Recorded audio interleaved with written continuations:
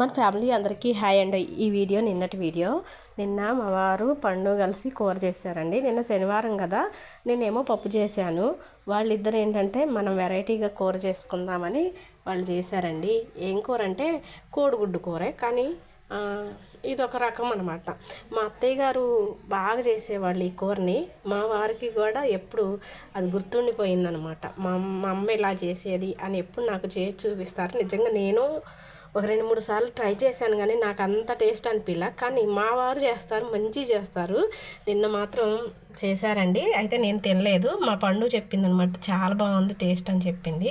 ఇక ఈ కూర ఎలా చేయాలంటే, ముందు స్టవ్ వెలిగించి కళాయి పెట్టి ఆయిల్ వేసి, ఆయిల్ వేడెక్కిన తర్వాత జీలకర్ర, ఉల్లి ముక్కలు, పచ్చిమిర్చి ముక్కలు వేసి, ఉప్పు రుచి అంటే కూరకు రుచికి సరిపడేంత ఉప్పు, పసుపు వేసి, ఉల్లి ముక్కలు వేగిన తర్వాత రుచికి సరిపడేంత కారం వేసి వాటర్ పోసేసుకోవాలి.